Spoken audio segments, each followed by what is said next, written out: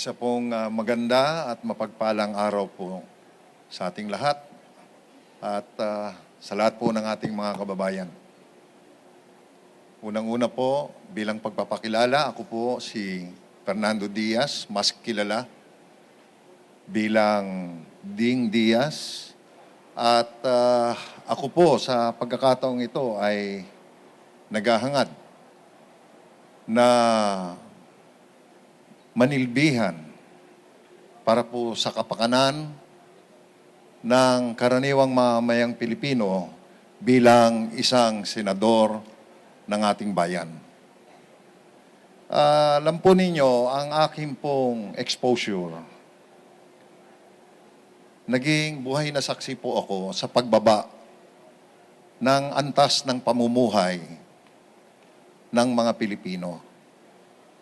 Sa pagdaan po ng maraming taon, pagdaan po ng ilang mga pangulo at mga administrasyon, nasaksihan ko po kung paano ang Pilipinas at ang mga Pilipino mula sa isang mas mataas na antas na paggalang na ibinibigay ng ibang bansa, ng mga mamamayan ng ibang bansa, sa ngayon po, hindi na po iyon ang degree of respectability na inuukol po nila sa ating mga kababayan. Napakarami po ang suliranin na kinakaharap po natin sa kasalukuyan. Parang napakahirap na pong bigyan ng pagpapahalaga dahil lahat po ay mahalaga. Hindi na po natin kayang i-prioritize. Pero para po sa akin, ang higit po sa lahat na dapat po nating harapin ay ang ating pong mga namumuno sa ating bayan. Ang mga namumuno po sa atin na pinababayaan po ang kanilang tungkulin at responsibilidad na manungkulan ng tapat sa karaniwang mamamayan. Up na po.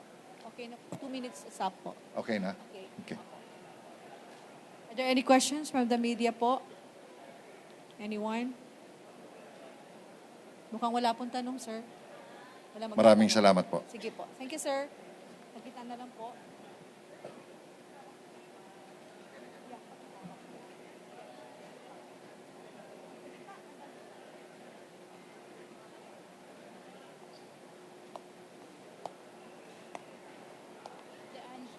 Nandiyan. Senator.